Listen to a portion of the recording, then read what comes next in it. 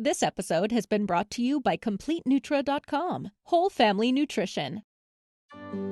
Welcome to the Healthy and Family Show. Each episode features interviews with doctors, experts, and real moms, revealing their secrets on how to keep you and your whole family holistic.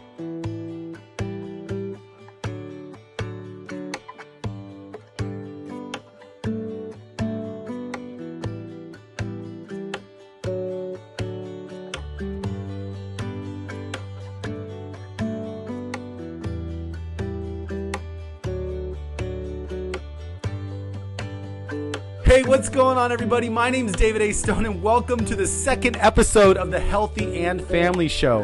If you're here, then you believe that the health and wellness of your family should be top priority, but maybe you're a little bit confused with all the conflicting health advice out there. So our goal with this show is to bring to you the experts, doctors, and real moms who have the secrets that you can implement to help you and your whole family become more holistically healthy. And I'm very excited to introduce to you the guest for today. Her name is Dr. Jessie Keener. She's been a naturopath physician for the last 30 years. She's an expert in herbology, in homeopathy, in energy balancing. She's an expert nutritionist, and she's also an expert in integrative breath work. And she helped me develop a plan to where I can get personally healthy myself. She's a world traveler. She actually helped me with CompleteNutra.com. If you go to the website, you can see her talking about each one of the nutritional supplements on the website. So if you have any questions about what we offer at CompleteNutra.com, Dr. Jessie is going to be the one that is going to explain all those awesome supplements that we have for you. So I'm really excited to bring her on the show because today I thought we were going to be talking more about how to keep the immune system healthy, which is what we're going to be talking about on the next episode with her. But today went into some awesome areas, some places I didn't necessarily think our conversation was going to go today. And today we are going to be talking about holistic health on a massive scale, the global scale, what's really going on today with COVID-19 and how to stay healthy. And it might be some things that we talk about that you weren't even thinking about. So I really hope you get a lot of benefit out of this episode because we're going to be talking about things like being versus doing. How do we define ourselves? We're going to be talking about ways to physically stay healthy. We're also going to be looking under the covers a little bit of politics and the COVID-19 crisis and how we can use this and benefit ourselves and change the way that we have been so stressed out our entire lives. So without further ado, I want to introduce to you Dr. Jessie Keener. I feel like we're in really good shape here. Like we're on a horse farm, for God's sake. It's perfectly safe and gorgeous, and spring is hitting it, and yay. Yeah, you've been traveling for a while. I mean, you kind of... A long time. You were in, well, the crazy thing is that this whole COVID thing has only been going on for like a couple weeks, but the world has literally already somehow changed. Right. And you were you were in Mexico or Cozumel. Where were you? We were in Cozumel, yeah. Literally Cozumel, and when we left, they hadn't had any incidences, so they knew what was coming, and they weren't happy about it, but... You know, what are you going to do? Everyone was just playing big boy, big girl, and we're just going to suck it up, and hopefully we survive this. They knew it was going to be bad. Cozumel had an experience, I think maybe like 10 or 12 years ago, where some kind of flu, maybe it was the H1N1 happened, and the island had to shut down for 30 days. So at least they have a historical precedence of this. Oh. But yeah, but when we left, there was no cases, which is good.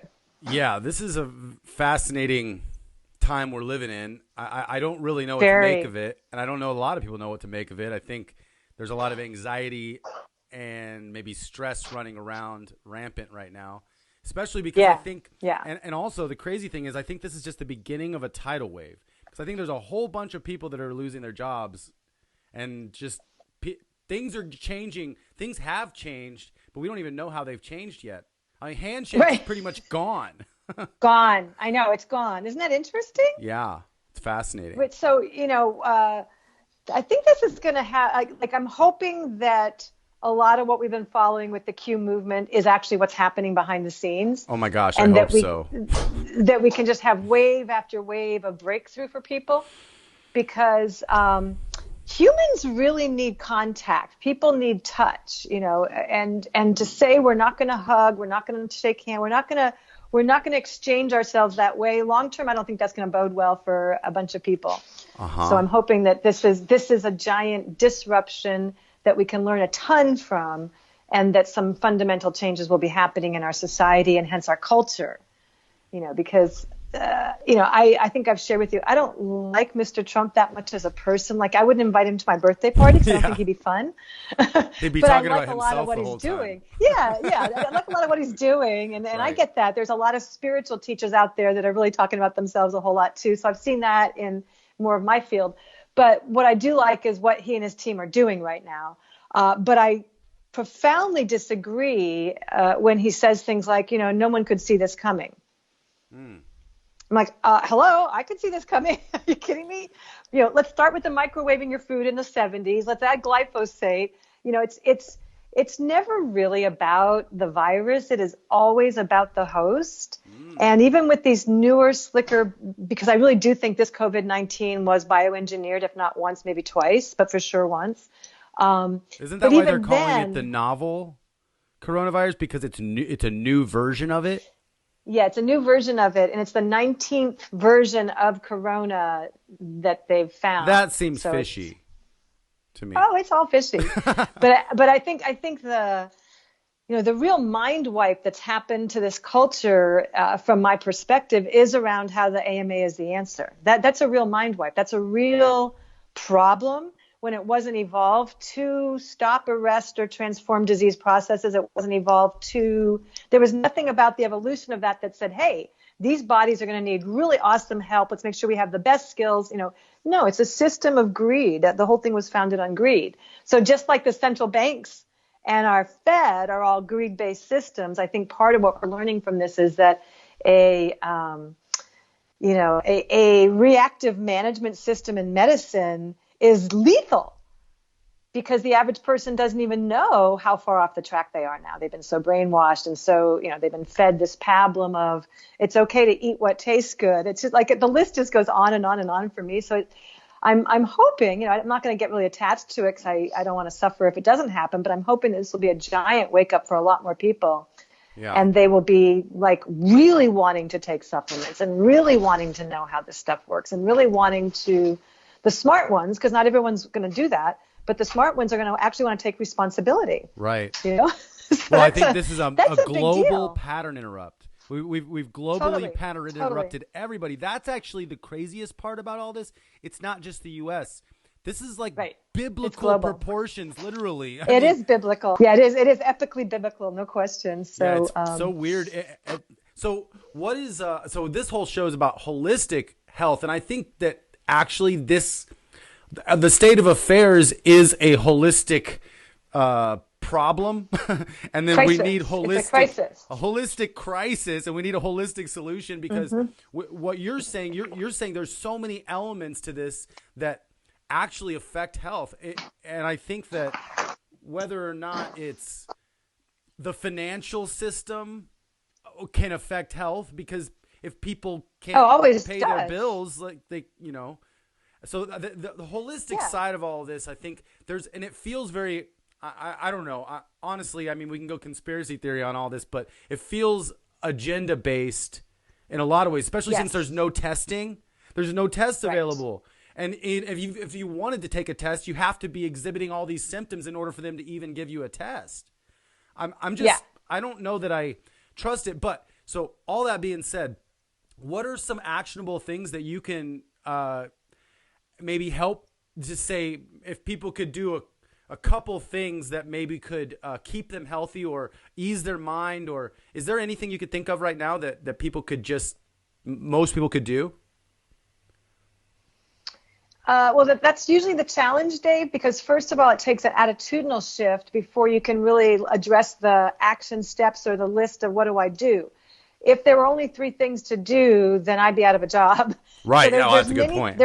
many, many things to do. I think if we're talking about not catching a Corona-19, the things to do are to make sure that your interior of your home environment isn't dry. And there's a lot of winter still going on in the United States of America and other parts of the world. So forced heat drops the humidity in the room. That's what causes our mucous membranes to become very, very stressed, which is how the virus gets in the first place, according to the science out there of how do we catch this. It's coming in through mucous membranes. So keeping it moist. Keeping it moist is good or no? Yeah. It is good. No, it's good. Oh. Yeah, because if you keep your mucous membranes happy, it's not going to be a good receptor site for the virus to start. The virus wants to start through our mucous membranes. That's how it starts. Got it. So if we don't have a good entry for it, and I was thinking about this last night, I will not turn on heat. Like to sleep at night, I won't turn on heat if I can help it. We've had it down to 37 and 35 and we didn't run heat because I don't want to dry out my stuff. Oh. When I'm living in a country or a part of this country where there's real winter, like in Austin, we have real winter. It's sporadic, but it's real. I run humidifiers the entire time that the heat is either going to come on or has been on. We just leave humidifiers on all the time. And then we have one of those gauges. And I was told probably 25 years ago, never let it get below 35%, like whatever you're doing. I personally feel more comfortable around 45 to 50%, as long as the air is moving and it's not hot. Yeah. So simple things like that, like really understanding, what makes a body a good host for a coronavirus and then doing the opposite of it. Likewise, staying super hydrated, sipping water throughout the day, again, so those mucous membranes don't become too dry. Those are very simple things people can do. And, caveat there is sipping Coca-Cola or sipping orange juice is not the same as sipping high-quality water as far as restoring the hydration to the tissue. So, Got it. There are simple things people can do, but it's, how do you really, really stay away from a coronavirus? Well, there's more than that, but that would be a good place to start. Is okay, so I'm going to fundamentally change the environment of my mucous membrane so it doesn't like me. Yeah. I think environment has a lot to do with it. So I haven't heard that about the mucous membrane. That's interesting because what I've been hearing, and correct me if I'm wrong, is the heat is supposed to be, some people are saying that the heat is a good thing. Like the virus can't live in the heat or something like that. And as the summers come on, the virus will probably kind of go away for the summer, but it might come back, they're saying, in the fall. Or I'm not sure. Is that what do you think about that? People are saying. I think that's an erroneous interpretation of something that is real. And what is real is it doesn't like sunlight, and it doesn't like hot sun, and it doesn't want us sitting outside in sunlight for very long before it just doesn't like us. Got it. So it's not heat per se. And this is what we do in our culture. We get a little information and then we just kind of embed it in something that's not real. Sunlight is real. At the turn of the 1800s into the 1900s, it was a well-known practice to set up hospital beds outside for their tuberculosis patients in the summer. Cures were given to patients that had congestion, respiratory illnesses, TB, whatever. Go to the ocean, Mr. Stone. I want you and your family to go to the ocean for the entire summer. Get out there every day, sit in the sun, get the fresh sea air. Or go to the mountains, Mr. Stone, with your family and sit there and get... So we've known about these holistic things we can do forever. Just want to say out loud that the AMA made sure all of that was eradicated from common sense. The average person has no idea. In fact, the average person would say, if I have a virus, I probably shouldn't go outside. But then again, what does sunlight do? Dave, it activates our vitamin D, right? Yeah, absolutely. So if we're getting lots of vitamin D, that's supporting our immunity. Therefore, we're not a good host for that virus. So it's a holistic medicine really looks at the distinction between the power of the germ, which is kind of where all our culture is right now, is a very powerful germ, versus the power of the host. So if the host is truly set up properly, it won't host that germ. Or that germ will pass through, innocuously, no big deal, because the strength of the host dictated that.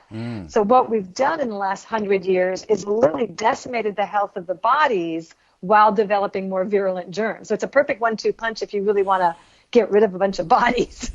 Right. So I think so what you're saying is we got to keep our immune system strong And we got to keep our bodies strong, so that means strong. everything from the mucous membrane. Is your mucous membrane part of your immune system? A lot of people wouldn't get that it is, but it is.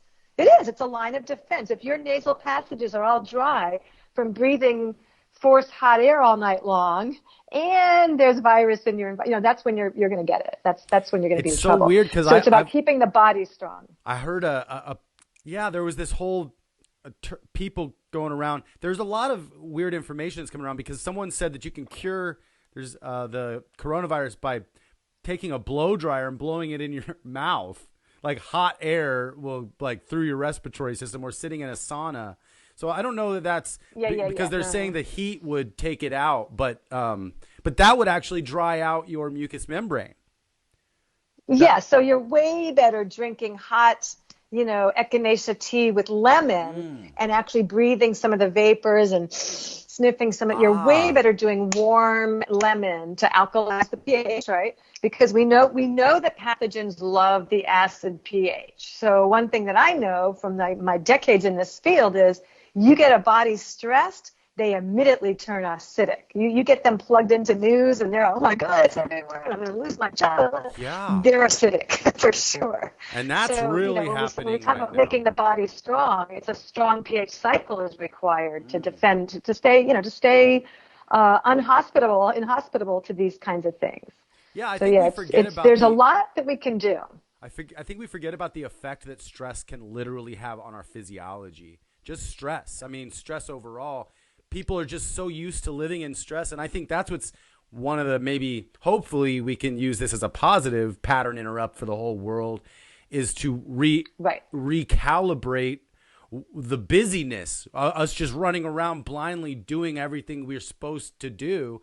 And now we can hopefully globally recalibrate. And maybe one of the things I'm hoping that will come out of this, we're going to see over the next year and a half, is if there's a big tidal wave of jobs lost and all this other stuff, we might actually enter, I hope, an artistic almost revolution. Because if people have to start figuring out what do they really want again, and they're staying home. I know that even Shakespeare wrote one of his plays during the plague when he was quarantined. So if we have to stay home, we're going to be reevaluating. Maybe we're even going to get more sleep. We're going to spend more time with our family. I mean, this might turn out in one sense positive if we can look at it that way, but there really is a ton of anxiety and stress from anybody that I talk to that watches the news, which is basically most people right now. Yeah. It's a serious issue, and there's a lot to that. You can go down a lot of rabbit holes with that one. Mindset is definitely a huge influence on our well-being. There's no question about that. So, a more positive or neutral mindset is way better than most of what's going on. And I see it in social media. People are just attacking each other. They're like rabid dogs, just going for the jugular with their words and the obscenities. And I'm like, wow, what was that all about? Oh, goodness.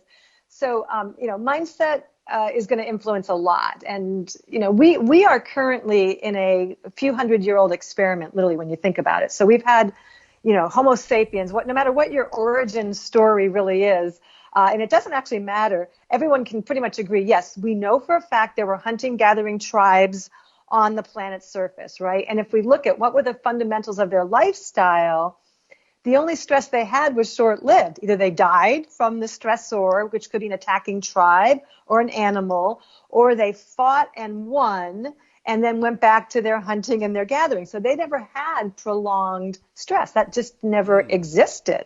And if it did exist, they didn't survive and they were out of the gene pool, and we are not their descendants. So we have to really think about this. How did we actually evolve? Wow. So this is key. So men had a 23-hour work week. Women had a 24-hour work week. Sounds good for most people. I think, what's funny is the stores now, they're closing at 7 p.m. It's we're turning in almost right now immediately to Europe hours. I remember when I went to Europe, they were it was France. They were closed for lunch, all the stores. Yep. They were closed at 6 or 7 p.m. So Yeah. right now, that's exactly what's happening. I tried to go to Home Depot last night at 6:30 p.m. and they were closed at 6. And I'm like, Yep. we just got to figure out. I think it's making everybody slow down for a second. It is. It is. It's, when you disrupt patterns, there's a huge opportunity. And that's going to, each individual is going to either seize the opportunity with that and go, okay, now that this pattern had to stop, what do I want? Who am I? Why am I really here? And they're going to take a more mature position with that. The people that's just not their mindset. They don't see the word crisis containing the word opportunity. We know that a crisis is always an opportunity. Think about it. Any crisis that any one of us has ever had, it's an opportunity. Yeah. So the ones that see the opportunity and then seize the day with that are going to be the new leaders of the new world we're creating. And if it takes 2 years, that's fine. If it takes 3 or 4, that's fine too, because the actual leadership will be coming from the right place, from an integration, from a holism that we've been severely lacking for a couple hundred years. We're going to need to bring it. Whoever wants to actually help people and serve the world right now, it's up to us to start doing it, because the thing, there's a change. I really hope all this Q stuff is real and like they're really taking out the bad guys, because that feels like if that happens, that would be a changing of guards. Yes. And yes, no, for real. Yeah. I mean, who knows? I take everything with a grain of salt, because all this stuff that it sounds great. It's just hard for me to process and believe that this is an operation of some sort, because it's a global thing. I hope it really is. Well, I think what they're doing. I think that this virus was the deep state's kind of last hurrah. So this is not Trump's doing. This virus was a deep state sort of final play going into the spring and summer to decimate people and get Trump off the stage. And just kind of put the kibosh on the whole Trump machinery. And my intuition is that when Trump and his elite team saw what was coming, they figured out how to turn it around. And so that's when they said, well, we've been preparing for a moment. We thought we might have to create the moment ourselves. But given that the moment's here and it's happening, now we can do X, Y, and Z. And so that's that part of it. Will we ever know what really happened? Probably not. Well, if Trump had anything to do with it, he's such a narcissist that he'll just tell us, this is what I did for you guys. After it's done, I'm sure he'll say, I did this, I did this. Yeah. He'll write a book about what he did. He will. No, yeah, that's right. That's right. He will, over and over. Yeah. And we'll be grateful. We'll be really grateful. Exactly. I mean, sometimes, what we need in one sense is we need a wolf. We need a savage to fight the savages. We need a savage on the good side. We need a wolf, and that's what I think Trump is. He's a wolf, and he is. He will not back down. When he gets a bite in something, he's going to shake it until it's like dead. Yeah, exactly. Yeah, no, he's serious about this. So I think in one sense it's good because, just from my little taste in the movie industry, I'm like this little naive lamb, like trying to make these movies in the movie industry. I used to always have these dreams, these recurring dreams as a kid of me walking with giants. I was literally trying to climb these steps that were bigger than me. I would have to jump to grab the top of the step, and I'd climb up the step, and there was these giants walking down the steps just one step at a time, and I'm like climbing each step. I just recently remembered that dream that I had recurring as a kid, and I was climbing up these giant steps. But I think in one sense that could have been my career in the movie industry, because I had no idea I wasn't supposed to be there, that nobody wanted me there. Like, nobody even wants anybody to win. Like, when you're trying to break into, especially the movie industry, nobody wants you there. They want to eat you. They want to destroy you. And exactly. So my naivety allowed me to move forward. But that's what I like about Trump. He's not naive. No. He's aware. And all the stuff he does, the stuff that people make fun of him for, I think some of them are tactics. Like, for he's sure. extremely tactical in the way he speaks. And look, 90% of what he says is code. So literally 90% of what comes out of his mouth has a dual meaning. And if he ever repeats anything, guaranteed it's code. So, and I don't know where these people come from, but they are now just spending full time interpreting the codes of what he's saying. Yeah. And so not only is he not backing down, he's freaking taking territory left and right. And, I think it's going to be a lot better for some things to get revealed while people are self-quarantining and while they're not gathering in groups. This is going to be really hard for people to take what's going to get revealed. So I think they're going to use this virus as long as they need to. And when they don't need to, it'll be time to reveal some things. And then after they reveal those things, they can reveal some more things. And, people don't realize how many hundreds of thousands of children disappear every year in the United States of America. They're not just wandering off in the woods, getting lost and dying. Okay. Right. That's just not what's happening. So it's going to be some really hard things for people to swallow. So I can see that it's extremely high level chess and extremely strategic all the time. Yeah. And they've got to all be on their toes, because if anything shifts slightly, they've got to land on their feet with how that thing just shifted. So it's fascinating. Yeah. Well, that's what I think about chess too. I think about what's happening right now is actually a 14th move that they had planned a couple years ago. Like they're not planning their moves right now unless something happens that they weren't aware of, and then they have to recalibrate. But these are moves that have been planned out. Like chess, the best chess players, what do they plan 20 moves ahead? I mean, that's what we're dealing with. And so whatever is happening in the media are moves that were planned probably most likely years ago. And in the media, I think so. And I hope there's a changing of guards because the media just says the exact same thing. Well, Trump's been outing them left and right. What's interesting is it is getting more obvious to people who would never have seen it or understood it for what it was. I think every day a few more people are waking up going, yeah, why isn't CNN investigating why Governor Cuomo held on to those masks and acted like he didn't have any? Or why, like they just want to attack Trump instead of going and he's actually, I don't know if you've watched any of his press conferences, but he's actually been feeding them stuff like, and if you were a good journalist, you'd actually be investigating the situation that I just fixed. And they're like, I was told. Yeah, though the news isn't really, it's very selective as to what's getting shared right now. It's completely controlled. It's owned by 6 companies, and they're all in bed together, and they all wanted Hillary as president. And watch what happens next. They're going to put Hillary in as the vice president with Joe Biden. That's what's going to happen. Then Joe is going to have a dementia attack of epic proportions, and are you ready? They're going to put Michelle Obama in with Hillary. That's their plan, and Trump knows all about it. So we'll just see it's like. Let the fireworks begin. Whoa. You know what? Yeah, that's the thing. Trump's a wolf, but you know what? His opposition is also. They're both. Yes. They're like hyenas. Yes. They're like, deadly will tear you apart bite by bite. But, so yeah, they're hyenas. Yeah. So they have a lot of force. They have a lot of ability to just stay focused on their mission. If it wasn't such an evil mission, I'd have respect for that. Yeah, I know. It's like they're very committed to the mission, and they're not backing down ever.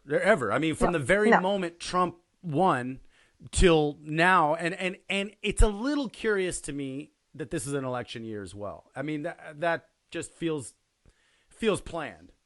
Oh, of course, and totally what planned. are we? 19 years after 9/11. We're basically about that 20-year mark when people kind of almost forgot about the conspiracy. We need something else. We need that next false flag. And in order for this and that's the other reason why fear. We're all housebound right now, is because when we're all housebound, how can they do a false flag event? They can't. There are no rock concerts. There is no Las Vegas country western music show. There is no rodeo in Texas. There's nothing. All those stadiums are empty. All the university, there's no school shootings concert because the schools are shut down. No school shoot. So I mean, it's ingenious how, in a weird way, if you start to really look at everything properly, it's a completely ingenious series of steps and actions to keep the population safe and to move the agenda of overcoming the evil that's been really governing this planet for so long. It's a huge epic, fast. once in a lifetime. Yes. And very fast. And it's that's vast, and there's so many tentacles.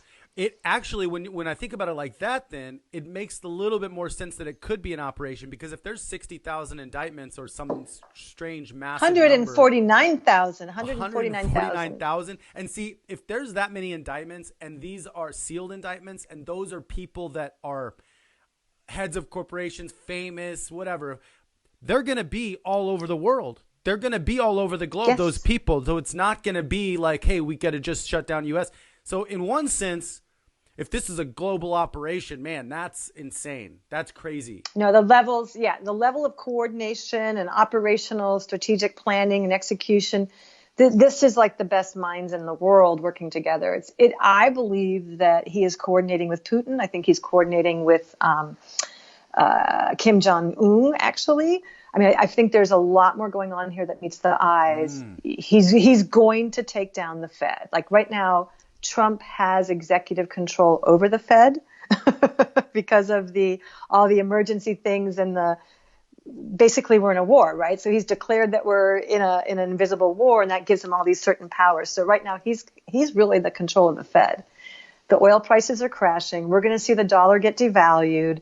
Then he's going to just do a move, and he's going to reboot the economy with a gold-backed dollar, and the Fed will be in-house. We don't need a debt-based system anymore. Look, this is what we're doing. This is how it's going to be. We don't need a debt-based system. And then once you do that, he's already started things like saying things out loud like, we're going to arrest all the interest on student loans right now, and we're going to let them not make their payments and not accrue any interest. And then he's actually said out loud, and maybe down the road, who knows, which is basically saying we will probably just end up forgiving all that.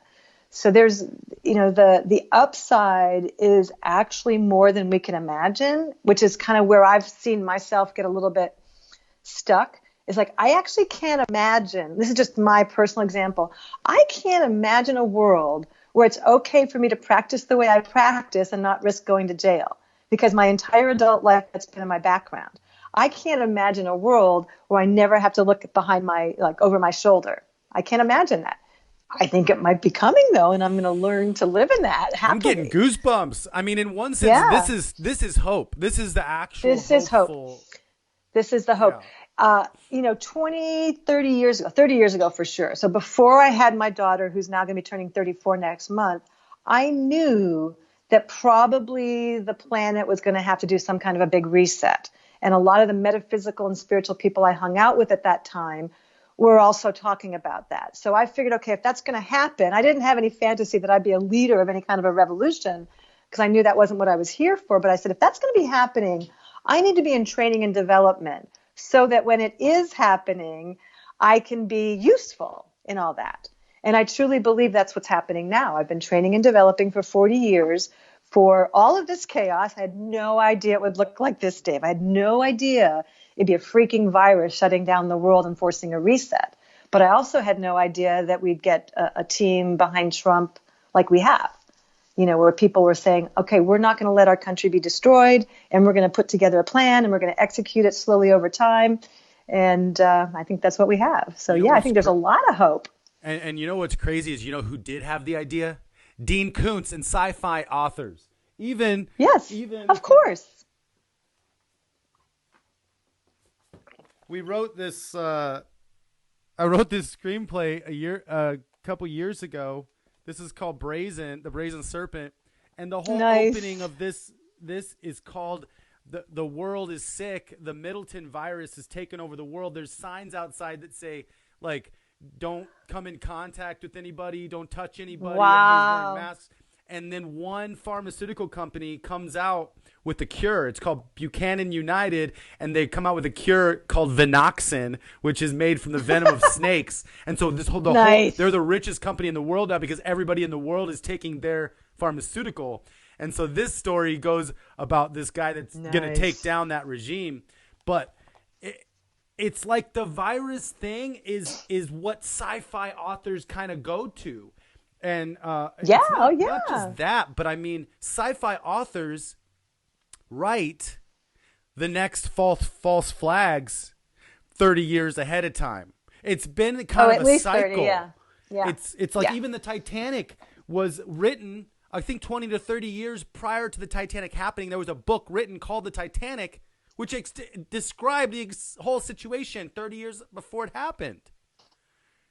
There's just there's too many coincidences like that I'm just like, nothing just happens. Like, no, it's called anthropomorphic resonance. It's in the resonance of the field. Enough people think about it or write about it or do stuff, and it's in the field. It's going to precipitate into consciousness. It's going to get actualized.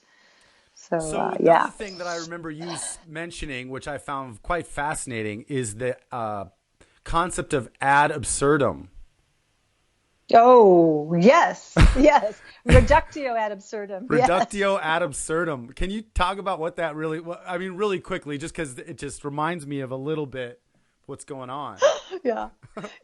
So it is a lot like what's going on, especially if you look at it, just from the outside, looking at how the Democratic Party is behaving and how some of their leaders are acting and the kinds of things they're doing. It's definitely absurd. So when you're in you're trying to solve a logical equation. And so logic is a lot like math. So imagine that you're trying to solve an algebraic equation, okay? And say you reduce it down so you can work with it better, and you reduce it as far down as you can, and there's nowhere to go. You haven't solved it, but you can't make it go any further. Reductio ad absurdum says throw in a nonsensical anything that is not accurate, add that to what's accurate, and keep going. And then you can solve it. Yeah, it's. So what that told me, so at first it was just too disruptive. It was like, wait, I mean, the whole world is based on that? Like, holy crap. Throw something in? I felt like the kid in the story of the Emperor No Clothes. I really felt like, but wait, there's really a problem with that. But now, all these years later, what I realize is that was life starting to show me something shocking and accurate, which is that truth is infinite, depending on your perspective.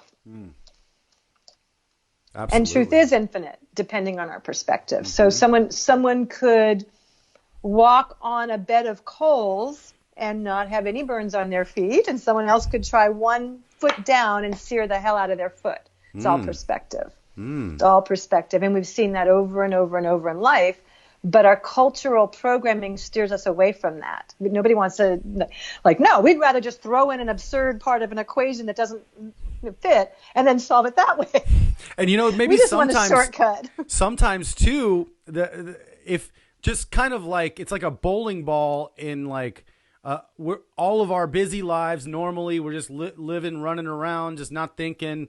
And then a bowling ball just gets thrown in and just knocks our whole life off track, which in one sense, ad absurdum you could call that the coronavirus, but in a way, it's not necessarily ad absurdum, only to us, because it was planned. Right. So it wasn't necessarily I would ad say absurdum, but to us it is a little bit. Here's how that would look. Okay. Take the coronavirus and then start pumping the body once it has the coronavirus, start pumping the body with drugs that are poisonous and toxic. That's the ad absurdum. So the virus would just be the logical problem you're trying to solve. And you go, okay, we'll just throw in all this intense, toxic, horrible stuff for the body, but that might override the symptoms of the virus, and we'll solve it from there. Kind of like chemo almost. Yes. It's like, if we had like a little splinter and then we took a shotgun and we said, we're going to get that splinter out, and we shot it out with the shotgun and it blows your whole arm off, and then you put a Band-Aid on it. Kind of feels like chemo. Yeah. Well, it's really tragic, but it's true. The essence of AMA medicine is drug, cut, or burn, radiate. And any practice has to be engaged with one of those three things, if not two or three at the same time. But you cannot be a practitioner and keep your license unless you're actually engaging in at least one of those three, at least prescribing drugs. Even if you might know of a natural remedy that would work just as well, because your AMA doesn't license you to do that, you can't recommend it. Right. It's kind of the same as GMOs. A it's little exactly bit of the poison is going to cure the whole world. It's like, that we're going to end starvation. Yeah, we're going to end. That's a reductio ad absurdum. Yeah. So most of our reductio ad absurdums that we can point to are actually dishonest and not neutral. They're greed-based, they're dishonesty-based. In logical theorems, the reductio ad absurdum would actually be neutral. It wouldn't be part of the original equation that you were breaking down. You'd just be like, oh, I'm just going to go grab this over here and shove it in right here and then just keep going, which is But then if they at keep least talking non-toxic. about it over and over again, they're like, GMOs are going to save the world. GMOs are going to save the world. So the more they talk about the absurd part, the more people will believe buy it. Yeah. Yeah, it doesn't take much. Just repeating something over and over. And there's studies about this in sociology and psychology. Just repeating information over and over to people, they start to believe that it's true. It could be completely false, but if you just say it enough times, get that 3-peat in over and over, they're going to buy it. Yeah. So, even in and marketing, that's where we are. 16 exposures to one thing actually is what it takes for people to see it for the first time right now. So, but then their subconscious knows they've seen it 16 times once they finally recognize it. So it's kind of almost locked in that 16th time. But that's where I think, and who was the one that started all that? I think that was Hitler and his regime. The more he was like, if it's a lie, the more we talk about it, people will believe it. It's like a lie is Hitler was good at that. I mean, that's been going on for a long time. Like that was even going on in the times of Roman and Jesus and all that. So that's been a game that's been played forever. Yeah. How to manipulate and control the masses has been going on for a very, very long time. Good point. Very good point. Yeah. And so, when I was a younger woman and was meeting people that were into this whole new age thing, and they would talk about, Gaia's going through a transition. Gaia is ascending. The planet itself is alive. It's a giant organism. It's in its own evolutionary trajectory, if you will. I could see many things that needed to change. I only knew a tip of the iceberg at that point. But now I can look at this and go, yeah, this is that. This is that. Just because it didn't fit my image of what that would look like. I thought it'd be more like a natural disaster, like all of a sudden, a comet's coming towards us and we unite as a planet, or enough natural disasters in a row happen and a great drought happens and there's no food and we have to come together as a humanity. I never thought it would be as sneaky as something like this. But it makes perfect sense. It's totally sneaky. Sleight of hand. Could unite us. I like that view. Oh, yeah. This is going to unite us. Most of the people that I hang out with look at it that way. Like they're the kind of people that be like, yeah, this is a crisis opportunity. And so stage one of that is, okay, what's my opportunity with this? And it looks like I'm not going to buy into the fear. I'm going to look for how do I mentally keep the right state of mind going as I take care of my well-being. And those are connected, of course. And then beyond that, what's my opportunity? Okay, well, I might be able to be of service to others in this crisis opportunity. And how can I do that? So I think we're going to have a massive revolution. Yeah, it's a massive revolution, really big one, really deep. Whoever bought all of the toilet paper out there should be making care packages and giving it to other people. I don't know who bought it all, but it's gone. But someone did. But anyways, serving other people during this time, I think is a great point to make, because people are focusing on hoarding and staying secure, and it's like, well, could we figure out a way to unite and support others? And there's a lot of solidarity people are showing each other solidarity through this time of definitely of quarantine, and I think it's really cool, some of the stuff that's happening, especially we're all the one thing it's doing, like I said before, is it's a pattern interrupt. And the one thing that could negate any positive things going on is if we just stay stressed, if we allow the anxiety to overtake us and we don't do anything with this extra time we're given. And that's what I think the negative side of everything wants us to be: afraid, stressed, so we don't make progress during this time. However, if we can choose to eliminate that stress or figure out however we need to eliminate it for our own bodies during this time of quarantine, which is maybe creating things, maybe starting to take a regimen of supplements, maybe starting to work out, starting to read, starting to find a passion, plant a garden, do some writing, draw, remember what you like to do in high school and start doing that again. Go get some paint on Amazon, paint some paintings or whatever. I hope this leads to more of that solidarity. But I think the one thing that could negate it all is if people stay stressed and can't find hope. And I think that happiness, we need to find it inside. Like it's got to be found inside. I mean, look at the maliciousness promoting happiness.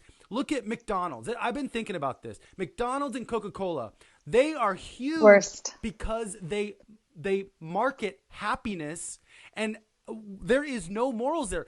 Like, there's no more morality to giving people food that is going to kill them, that is very well known that's going to kill them. Coca-Cola, it's like drinking that sugar water. They know it's not good for you, but they're marketing happy families and happiness. It just feels extremely malicious when I really think about it. Oh, it is malicious. Oh, it's completely malicious. There's no question it's malicious. You know, probably half of our companies in America are doing stuff that they know they really shouldn't be doing, and it's malicious.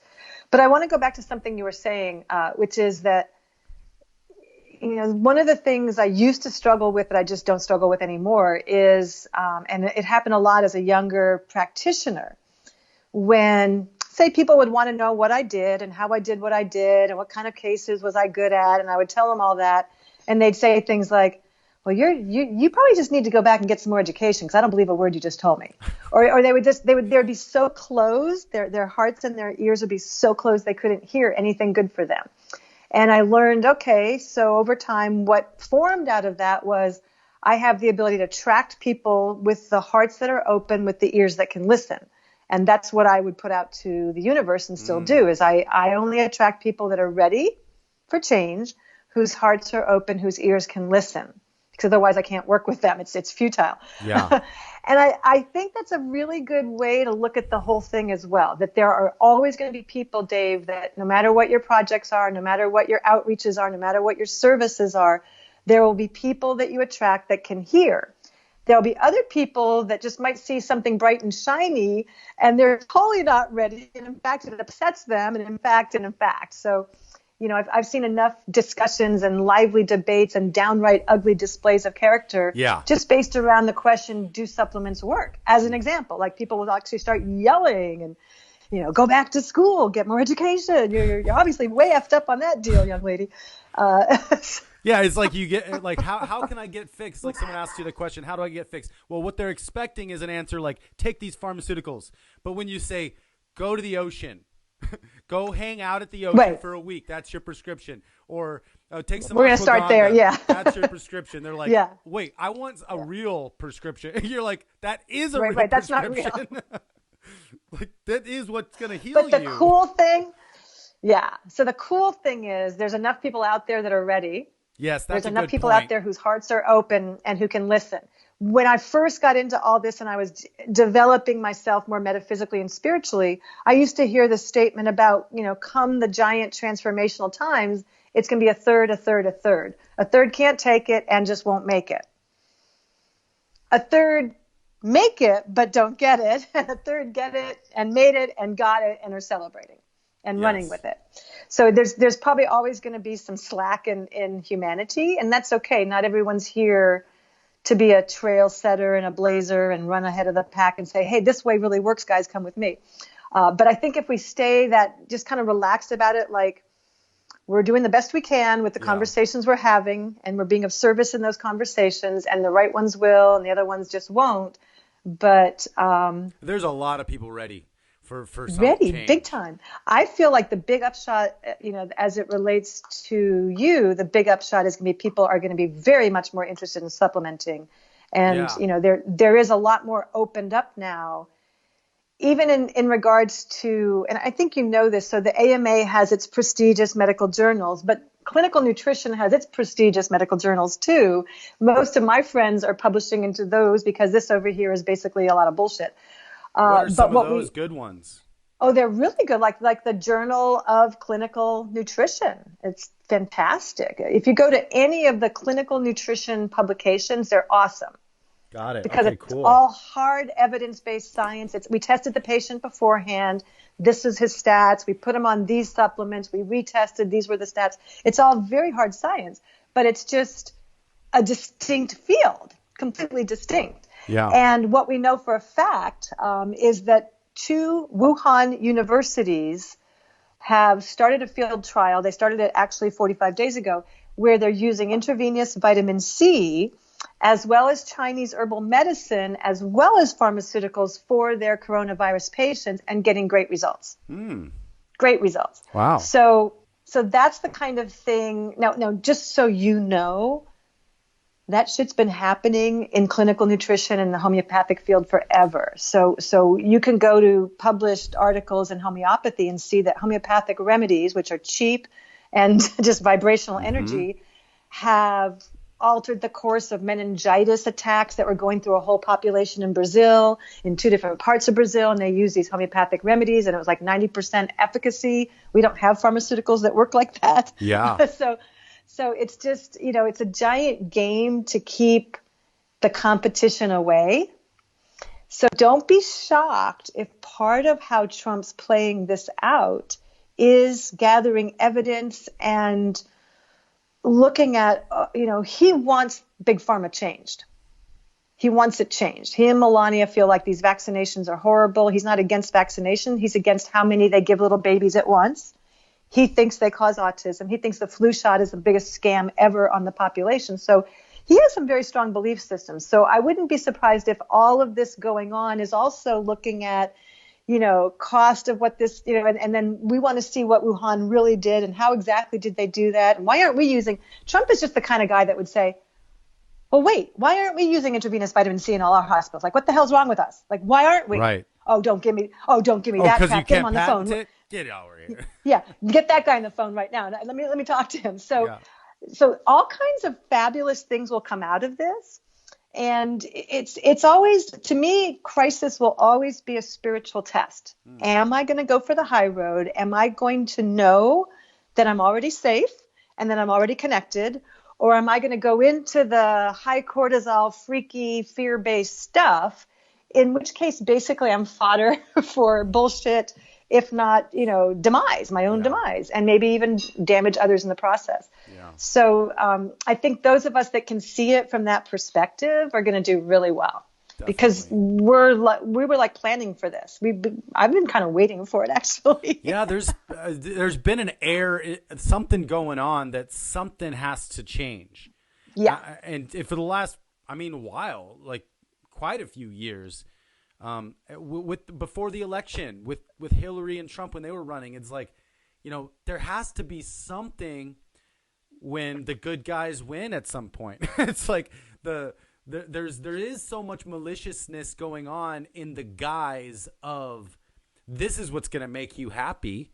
Cheeseburgers, Happy Meals. Yeah. Come on. Are you kidding me? Coca-Cola's going to make your family happy and obese. But they don't say that part. No, they don't, because I'm not even sure they consider that they're part of the problem. They've maybe convinced themselves that they're no part I think of the problem. they've convinced themselves, right. And I think that people deserve a treat once in a while. And my gosh, think of all these people that don't have more than $2 to spend on lunch. We're helping them. So I have, through all the brain training I've done, I've been able to slip into all these different perspectives about stuff and see that, wow, okay, so yeah, all right. But I think that when food has been weaponized against a population, when their air has been weaponized, when their water has been weaponized, nothing but a clean sweep all the way through is going to suffice. So I see why it's taking so long. Yeah. Why even this summer we may not know anything yet. But I do feel confident that over the next couple of years we're going to see a lot be revealed. And we're just going to see a revolution in food production, a revolution in food preparation. And we're going to see a revolution probably in how doctors and nurses do their healing work. Wow. I'm looking forward to that. I hope. Me too. That's the thing. And you know what? When I say I hope that's the thing, I think it's up to us to really bring that in, this new kind of whatever is new about our world, like I said, has already changed. We just don't know how yet. It's changed in a big way. It's literally that first tectonic shift before a tsunami. It's like, this is what just happened. And then there's that big bubble in the ocean right now. Just the bubble goes like this. Well, now that bubble's starting to go. And the bubble's getting bigger because it's going to create a tidal wave of something, because there's so many people that are being affected right now, especially on a financial level. And so I think there's a few things people can do. I think people can, first off, try to find some stress relieving things that can, first off, lower their stress, maybe breathing, meditating. Also, ashwagandha is a good thing to lower your cortisol. Definitely. And then start asking yourself the questions that make you really happy. Like, there are things inside that make you happy, but happiness comes from within, not from anything outside. We have to choose the happiness, and we got to choose the love, and we got to choose the service right now. And the more we can choose those things, it will put us in a mindset of wanting to stay healthy during this time. Because I think sometimes this might even be a problem right now with all the stress. Comfort food and alcohol and other things might be really kind of affecting people right now because they don't know what else to do. They're home and they're just like, they don't really want to sit quietly with themselves. And I think that meditation is a very difficult thing. It was difficult for me to start doing. That's why I started walking and doing active meditation. However, I have a lot more to learn on silencing my mind. But I think this is the beginning of us learning how to slow down in order to truly find it and be happy. Yeah, I think that's really well said, Dave, and I agree. And I think for most people, most people are like you, that meditation would be very difficult if all they had to do was sit there, with their back really straight and try to stop their mind. It's like, okay, well, shoot me now. But I think active meditation and certainly breathing meditations, I don't think people have the tools or even the muscles, if you will, to meditate. Most people are just way too ratcheted up. They have way too much stress hormone, and they're very stuck in their patterns. So I agree with everything you'd say. I hear myself telling clients when I discover they've been watching the news, okay, no, if you want me as your coach, you're going to stop that. You're going to stop watching the news. Yeah. If you feel you need to do something, go, look at it on the internet for 1 minute and then go away, because that's when you could be breathing. That's when you could be walking. Yeah. So I think that our culture programmed us to not have to work hard to get stuff. And this is something that we actually, like, the joke is on us. Oh no, you actually have to work hard to stop the mind. You have to work hard to slow down the mind. It takes effort. It's a real endeavor. The priceless joy of having a quiet mind and a serene, neutral mind is incomparable to anything else I've ever experienced. The work is really work, and people just don't want to invest that in themselves. Yeah. But I think this is part of what people are waking up to, is staying in those old patterns isn't going to work. When I watch the news, I have to have a second cocktail. When I watch the news and have 2 cocktails, then I don't sleep well that night. Then I don't want to get up and I don't want to go for my walk. So then I eat the donuts, and it's a vicious cycle. Well, people, what's been happening is we've defined our value on our productivity. And when we've defined our entire life value based on how productive we are, that's why we can't even grasp sitting there and allowing our brain to silence, because we feel like we're not being productive, because that's been trained so long. However, that's probably the most productive. I hope people get a little bit more sleep now if they're staying home. They can catch up on their sleep and start renewing their mind with some new books and things, because we may not even know how to relax. Most people don't. I find that to be true. They really don't. And they mistake, this is a great example. They mistake sitting on the couch with their wife, maybe having a snack and watching a TV program. They actually call that quality time together. Right. They didn't talk at all. other than, would you please pass the chips? No, that's not quality. There's nothing intimate about that. There's no authenticity. They're both just being, programmed, basically. Right. So I think a lot of this, everyone's going to have to choose. Ultimately, we all have to choose, right? We're either going to choose to keep doing the same thing over and over and not make any changes, or we're going to choose to take steps that may advance us, deeper and more into our core values, the most important things. Yeah. I always like to look at on my deathbed, and I know it's my deathbed, so I'm consciously kind of reviewing my life now. Am I going to be satisfied that I experienced enough, that I was enough. I'm never going to question, did I do enough? My question is going to be, was I being enough? Did I have enough different experiences in my beingness to satisfy this life? For me, doing is going to be automatic. That's automatic because I have my passion, which is my calling, which is my avocation, which is being a healer. So I never have to worry about doing. That's always going to be enough. My being, which is when I'm not doing, or when I'm doing, am I being while doing? Right. And that's when it gets really juicy, and that takes a lot of work, training the mind and training the brain. But we can get to a state, which I now enjoy, where we're being while we're working. That's a really good point.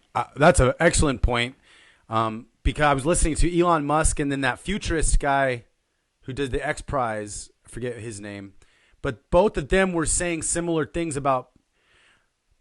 So this is a little taste of people losing jobs right now, and I think it's a tidal wave coming. However, in the next 10 to 20 years,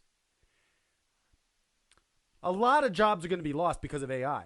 Like moving forward into the future, this is what Elon Musk and what this other futurist was saying is, for the real question is going to be, how are people going to define themselves? Because right now we define ourselves by what we do, not who we are. And if we can't start defining ourselves now on who we are, not what we do, like, who are you? I'm a lawyer. Who are you? I'm a truck driver. Who are you? I'm a this, I'm a that, I'm a whatever you do. If that's continually going to be our definition of ourselves, we have a long way to grow. We have to learn how to be, because when AI takes over all of our jobs and our work is literally no longer needed or necessary or wanted, we're going to have to figure out who we are and how to be. Exactly. Yeah. So this is just there's the no taste. question. This is the taste. There's going to be a lot more people out of work in the next 20 years. Than in the next year. There's going to be a big wave right now, but it's leading to something. The future is not stopping, not slowing down. No. Like, it's exponential curves. And so we are going to have to maybe find a new Renaissance era. If the AI can take care of all the minutia and we don't have to do minutia anymore, whoa. I mean, wow. We could do anything we want and create.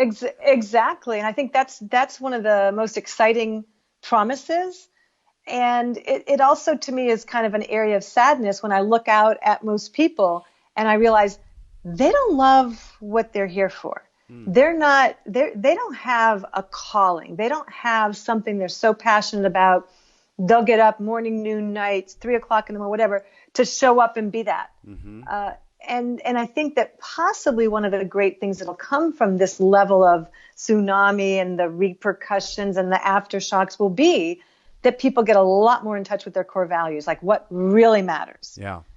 And when that happens, to have the backdrop of things changing, and we've actually changed the Fed, and it's no longer a debt-based society. So now when you have money, it's actually really money. And when you get paid at work, it's not a debt structure. It's actually currency that you can have your own assets with, and all that. So I think it's really exciting. I think for those of us that really understand that life is all about transformation, it's what I've learned, now that I'm in my 60s, is there is no coasting. And if I have a day where I say to myself, gosh, Jess, you're in a really good place. Your mind has been really quiet for weeks in a row and life is lovely.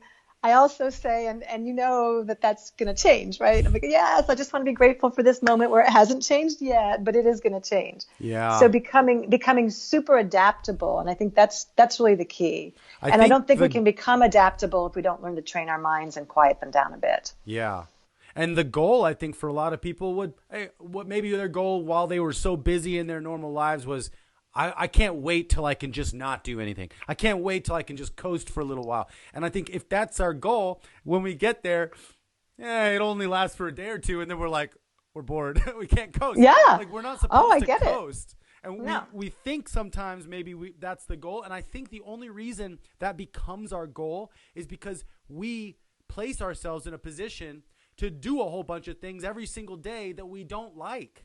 And then, the only respite from doing things we don't like is just to coast. It's but that's not the goal of life. We're so caught up in these little hamster wheels that we're running, we forget that we can do anything.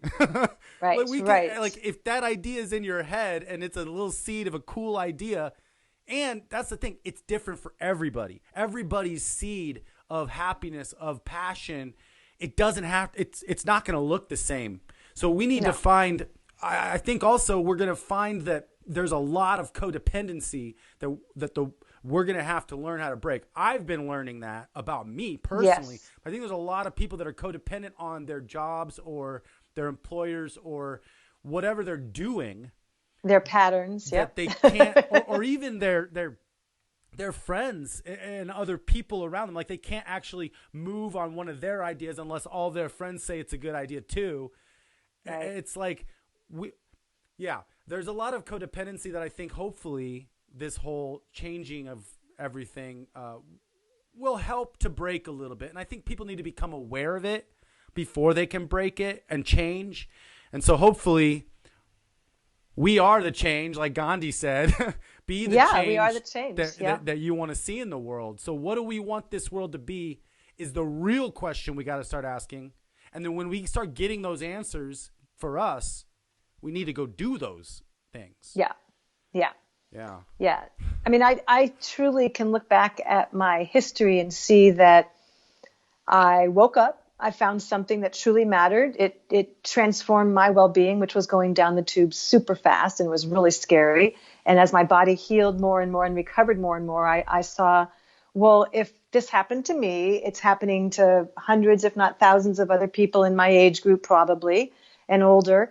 So this is a service that the world really needs. Now, I thought that within 10 or 20 years of becoming a naturopath, it would be like mainstreamed. It would be just like all infiltrated and everybody. Yeah. I really thought we'd be way further ahead than we are right now.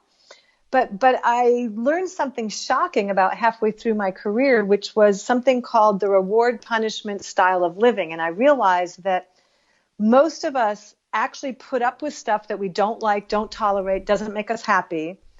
And then because we've been doing that, and that's the punishment side of the equation, then we feel like because I got through that, I survived that, I did that, I overcame that or whatever, now I need my reward.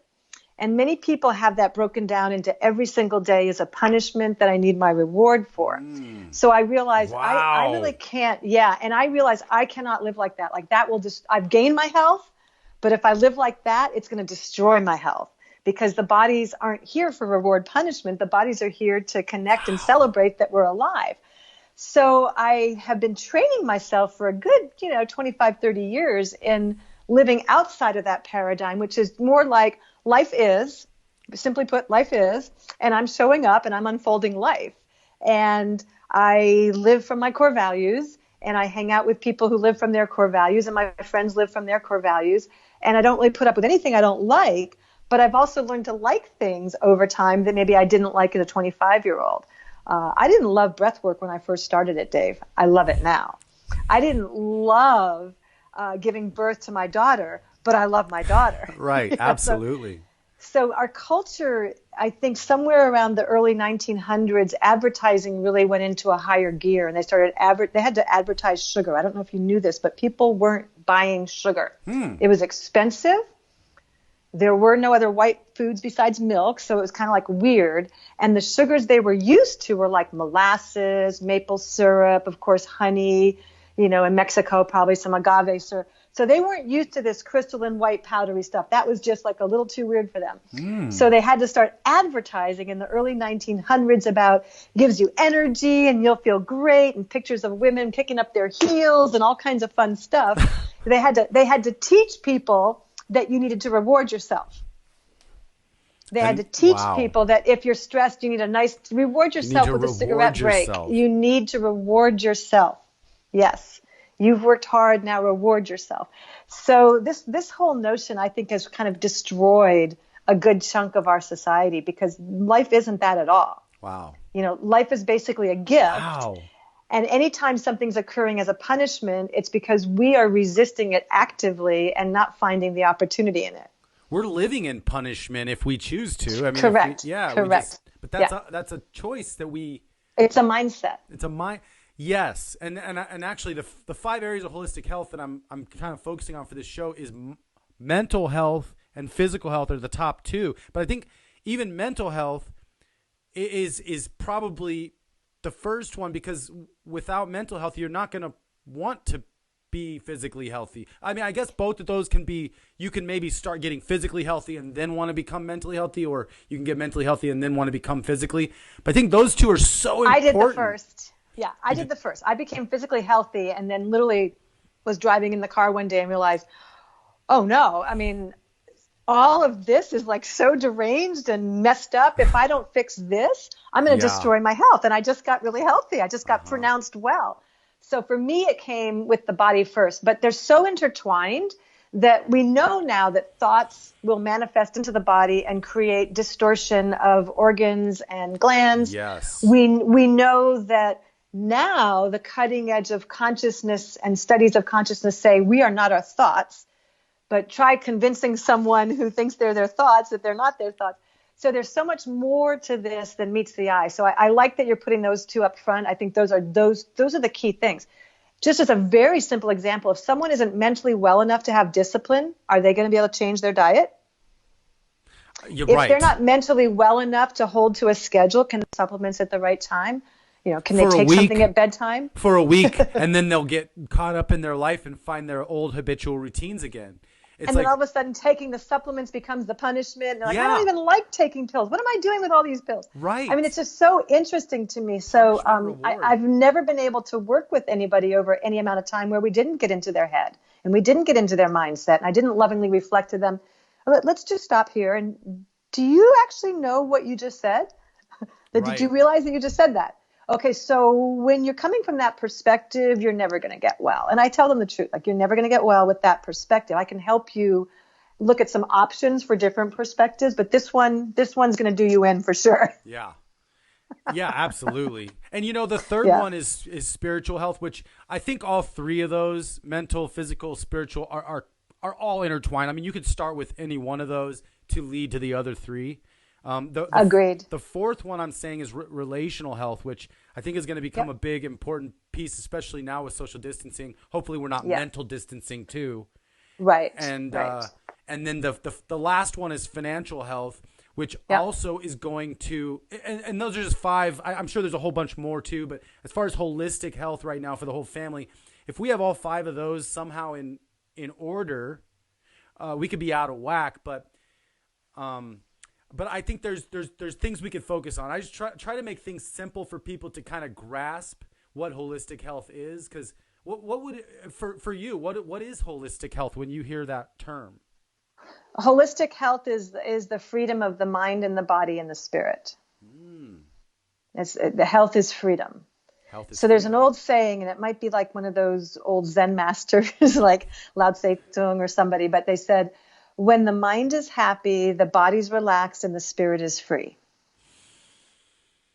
I got goosebumps. That's good. Wow. Yeah. So that's kind of my motto. My second motto is grace under pressure. Like no matter how pressured things get for me, I'm determined to find the grace and operate from grace. Don't always succeed at that, but mostly. Yeah. But I think that part of what may happen for a lot of people in this time, because they are at home more and they are having more downtime, is they may start to sort themselves out better. Yeah. And start to see things like one thing I learned also through some transformational work I did is that people may seem like they don't know, they're full of what with their patterns, but they actually really do know. Like if you actually talk to an alcoholic about their patterns, they'll be like, totally know about this. Yep, and yep. So I think that when we talk about holistic health, one of the things that has to happen is people have to identify the patterns that aren't working about their actual, like I call it actualization. How are you actualizing your life? What are you doing? What are your patterns? What derails you? What's the pattern with how that derails you? Once you've been derailed, what's your pattern? How do you get back on the horse? So it's a lot about sort of how do you live life? And to be honest, my job has gotten harder and harder and harder over the decades because things have become way more toxic and way more stressful. Before 9/11, I was working with a company that did actual adrenal stress testing. We were doing a saliva test. You would get a report back to your door. You would do your saliva test at home, put it in the FedEx, we'd process it. Back on your doorstep, you'd get either an adrenal product because you flunked the test and you had really stressed adrenals, or a second adrenal product because you really flunked the test and have super stressed adrenals, or just a report that said, here's your scores, you're doing great. Before 9/11, about 60% of our population flunked the test. After 9/11, 100% started flunking. Nobody had good adrenal function. Nobody. So as you pointed out at the beginning of the discussion, it's been 19 years since 9/11. For 19 years, all adults' adrenals have been tanked. All stress hormone has been through the roof. Wow. We don't really have much of a precedent for that in humanity. Have there been pockets of humanity that were really suppressed and oppressed for 19 years? Yes. And that's why I said, this has been going on for a long time, back to the Romans, back to Jesus, even before that.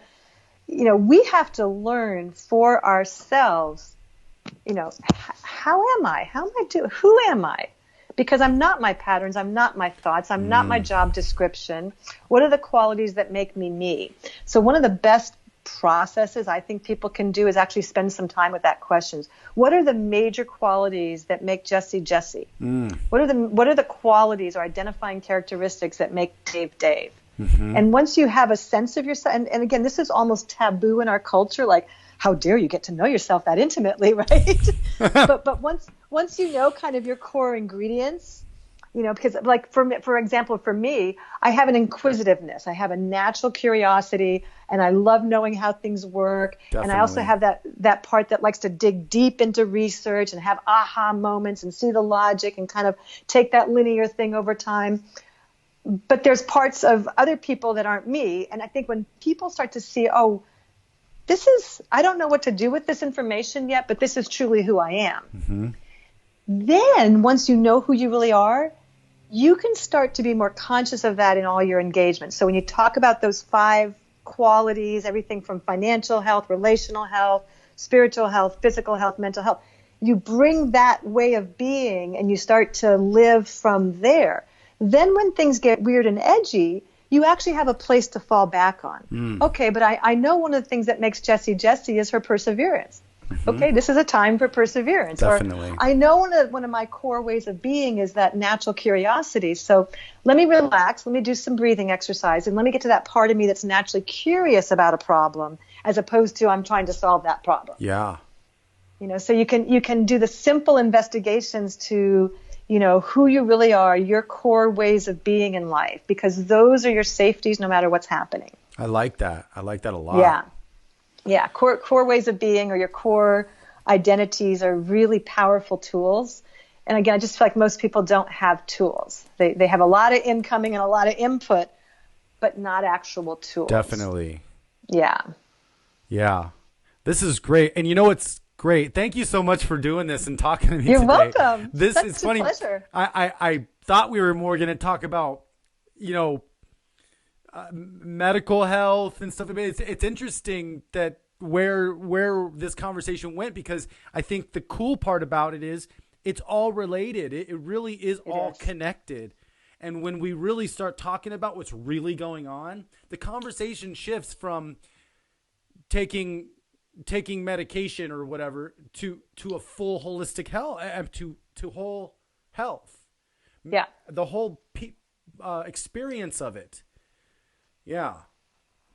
Because that's actually what works. And the people try the maliciousness behind the other side of things, the light and the dark and the fight that we're going through, that is trying to keep us stressed. It's like that's the goal of maliciousness, is to keep us all stressed so we can't operate at our peak efficiency.